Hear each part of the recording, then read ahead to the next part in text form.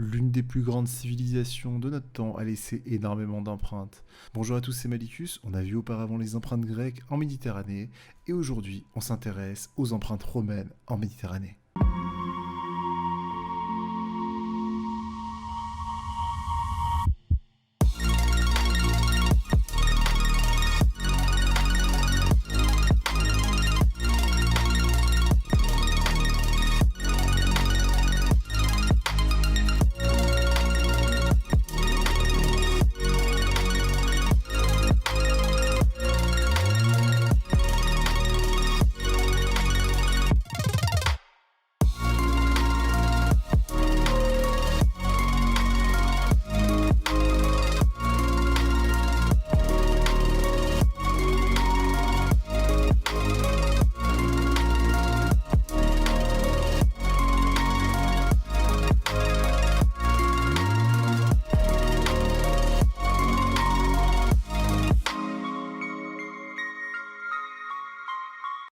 Partie 1. Rome à la conquête d'un empire. Rome est une cité latine du Latium en Italie. Elle a d'abord été dirigée par des rois que l'on nommera les rois étrusques. Ce n'est qu'en 509 avant Jésus-Christ que les Romains arrivent et chassent le roi Tarquin par une révolution et finissent par fonder ce que l'on nommera la République. La République est un État sans roi dans lequel la population ou une partie de celle-ci détient le pouvoir politique. Les institutions politiques de cette république vont évoluer pour se fixer au IIIe siècle avant Jésus-Christ. Les citoyens vont être réunis en comices, voter les lois, élire les magistrats qui vont diriger la cité. L'un des éléments les plus importants de cette Respublica, c'est le Sénat, composé d'anciens magistrats qui contrôlent les dépenses, qui dirigent aussi la politique extérieure et qui surveillent l'action des magistrats. Les Romains combattent d'abord les peuples voisins. À la fin du IIIe siècle avant Jésus-Christ, ils occupent toute la péninsule italienne, puis ils finiront par affronter Carthage qui domine l'Afrique du Nord, au cours de ce que l'on nommera les guerres puniques de 264 à 146 avant Jésus-Christ.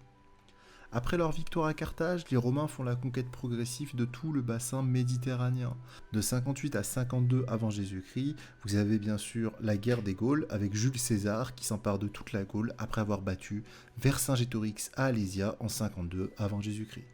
Au cours du 1er siècle, soutenus par leurs légions, les légions, je le rappelle, c'est une unité de l'armée qui comprenait entre 4000 et 500 hommes, les généraux victorieux se disputent le pouvoir lors des guerres civiles. En 49 avant Jésus-Christ, après sa victoire en Gaule, César finit par l'emporter contre son rival de toujours, Pompée.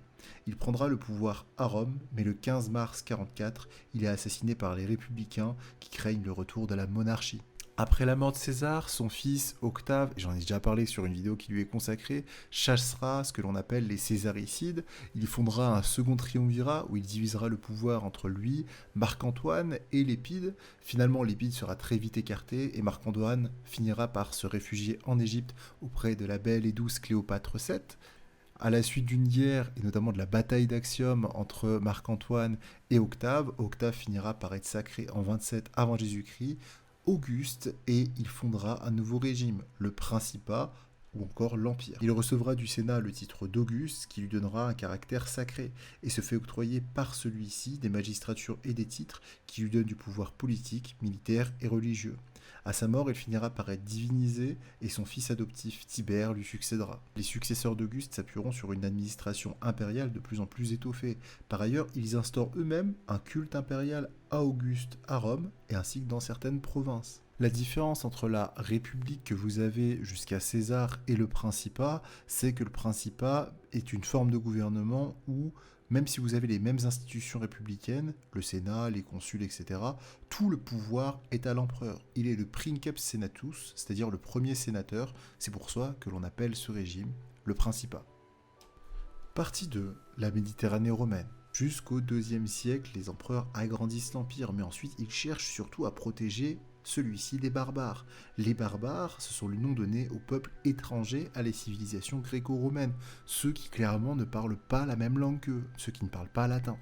Les légions vont être déployées près du limès. Le limès, qu'est-ce que c'est ? Eh bien, c'est tout simplement la limite de l'Empire romain. C'est la frontière. Cette frontière, elle s'étend là où il n'y a pas de limite naturelle déjà présente. Le limès sera donc fortifié pour protéger l'empire. Cet empire sera bien sûr composé de provinces placées sous l'autorité de gouverneurs nommés soit par l'empereur, soit par le Sénat.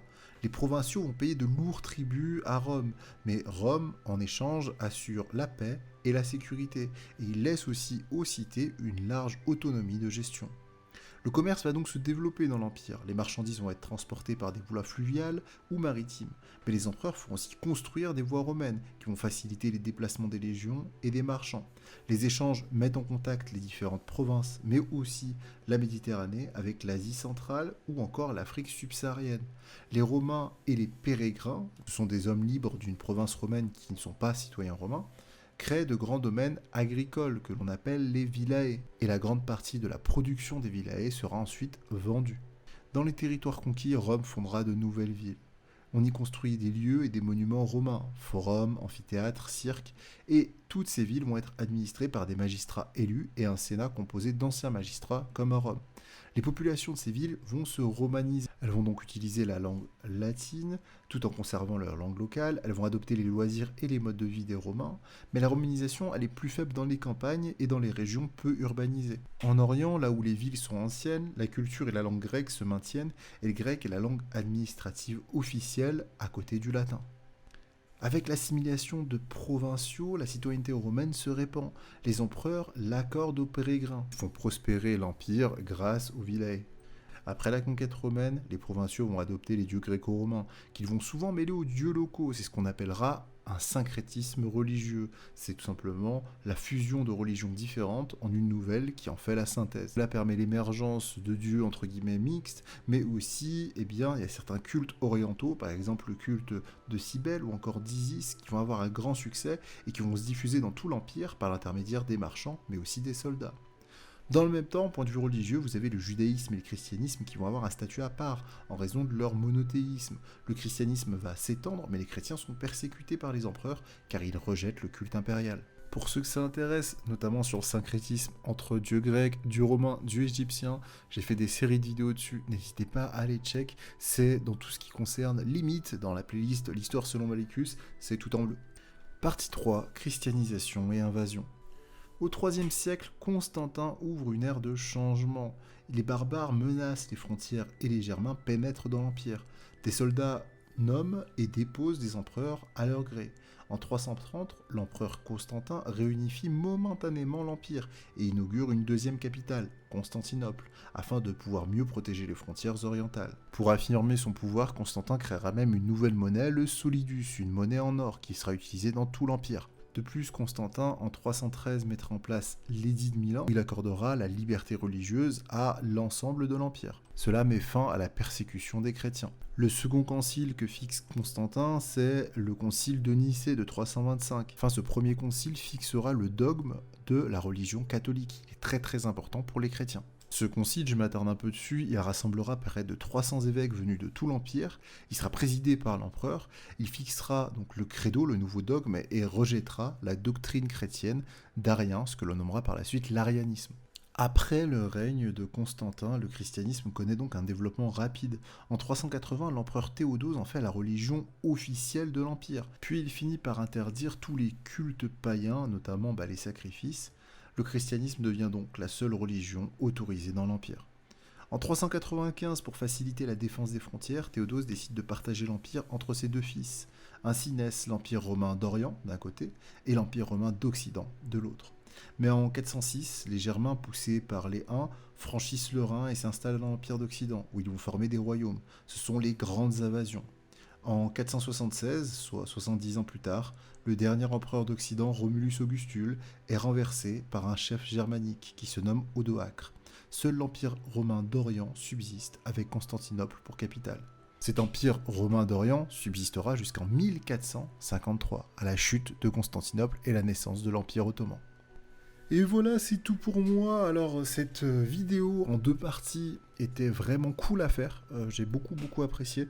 J'ai beaucoup cherché de documents vraiment sources pour essayer justement d'illustrer au mieux le propos. Je sais que comme d'hab, il n'y a pas tout, que les grands spécialistes vont venir et me dire « Mais tu n'as pas parlé de ça, tu n'as pas parlé de ça ». Je fais au mieux pour avoir des vidéos assez courtes et assez condensées pour aider la majorité d'entre vous qui s'interrogent sur cette période. Bien sûr que ça nécessiterait juste pour les conciles une vidéo entière ou même juste pour Auguste. Mais j'ai déjà fait une vidéo dessus. J'essaye de traiter au plus large, et puis de temps en temps faire des petits focus sur. Donc n'hésitez pas à regarder la chaîne, à vous abonner pour ne rien louper des futures vidéos, lâchez un petit pouce bleu, partagez bien sûr cette vidéo si elle vous a plu. Je vous dis à la prochaine pour nos aventures, c'était Malicus, prenez soin de vous, ciao ciao.